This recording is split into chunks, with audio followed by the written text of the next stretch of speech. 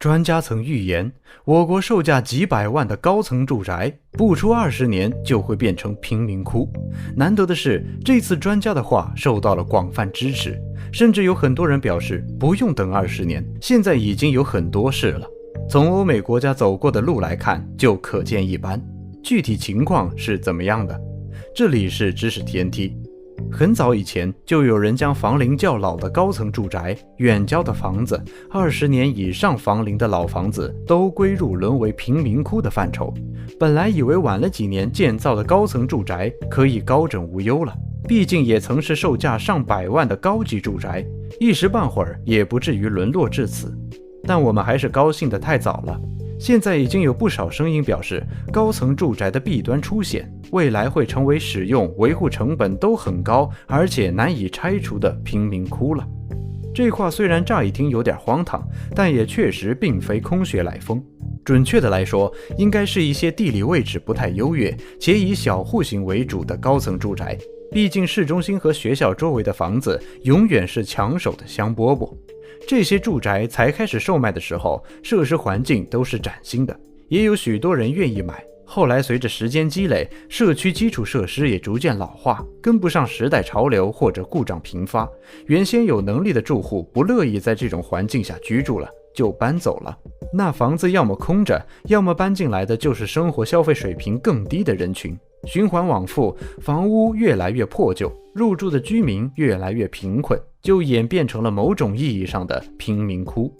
这么一想，现在好多拼命打工还房贷的年轻人，到老了退休以后，住在自己辛苦一辈子换来却只能叫做贫民窟的房子，多少有点悲凉。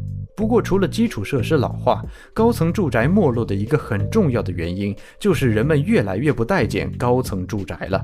没买的自然没有再购买的可能，买了的后悔，大多低价卖出，导致高层住宅房价一路走低。高层楼房价格一路走低，为什么会沦落到这种地步呢？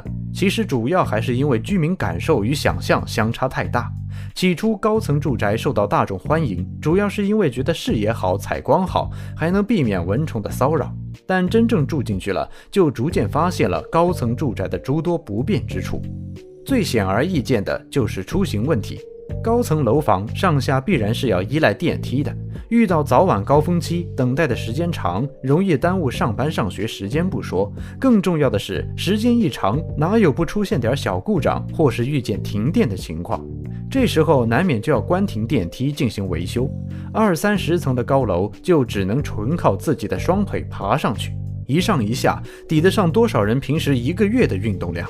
更何况这些住户中肯定不乏老人和小孩，对于他们来说，这时出门的难度无异于西天取经。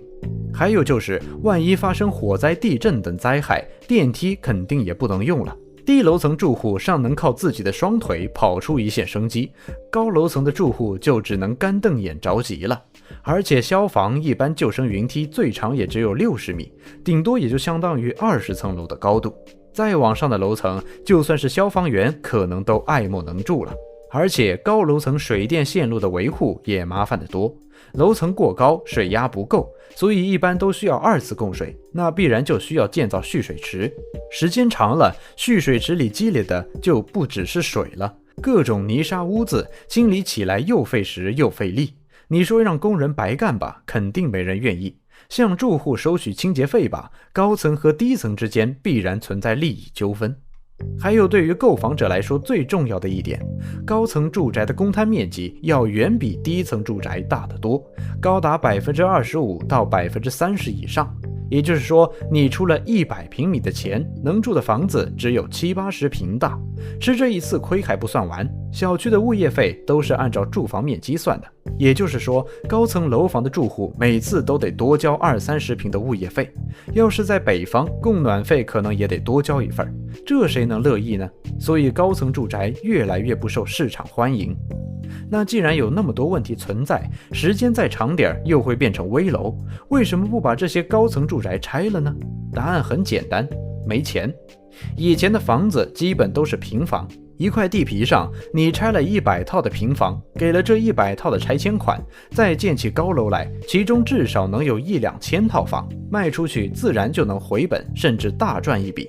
但是现在反过来，你要把高楼拆了建低楼层房子，赔了几千户的钱，最后充其量只能赚几百户，还有拆除和建设成本，这不得赔个底儿朝天呢？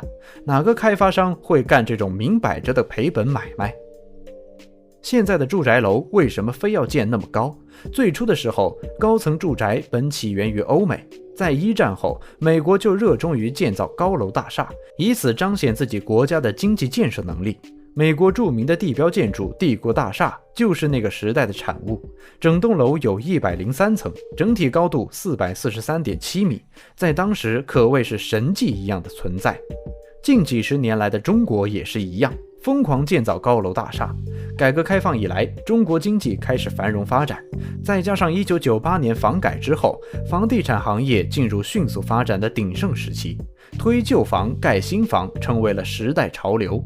但是即使把大部分旧房子都拆除了，地皮还是那块地皮，面积就那么大，不可能凭空多出2里。要是还是跟从前一样，全部盖成一间间平房，房子没盖多少，地皮就没了。随着城市化进程日益加快，越来越多的农村人口涌入城市，人多地少，住房面积严重不足。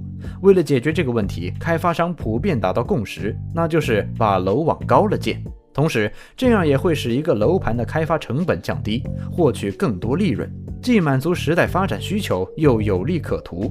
高层楼房瞬间变成天命之子，如雨后春笋一般从城市的各个角落冒出来。这之后的几年中，高楼大厦似乎成了判断一个城市是否发达的标准。越是经济繁荣的大城市，超过20-30层的高楼就越多。不少人也把在大城市里买个高层住宅当作奋斗一生的目标，贷款借钱买房，工作卖命还债，乐此不疲。高楼的诞生不仅展现了我们卓越的工程技术，同时也成为了城市的象征，标志着一个国家的经济繁荣和科技进步。然而，当每个城市都在用摩天大楼竞相炫耀自己的繁荣时，我们是否忽视了那些被遮在华丽幕后的问题？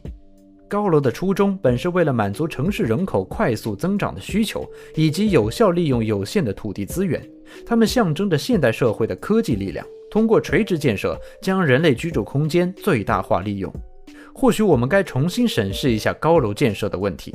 我们渴望的是一个充满活力、宜居的城市环境，而不是在一个个狭小的火柴盒之上寻找生活的缝隙。贫民窟是一个有些过激的称呼，但也确实能代表多年以后高层住宅的状态。或许未来的城市建设应该更注重建筑和持久性，确保每一座建筑都是为了人们更好的生活。知识 TNT， 专注你不知道的食物科普，我们下期再见。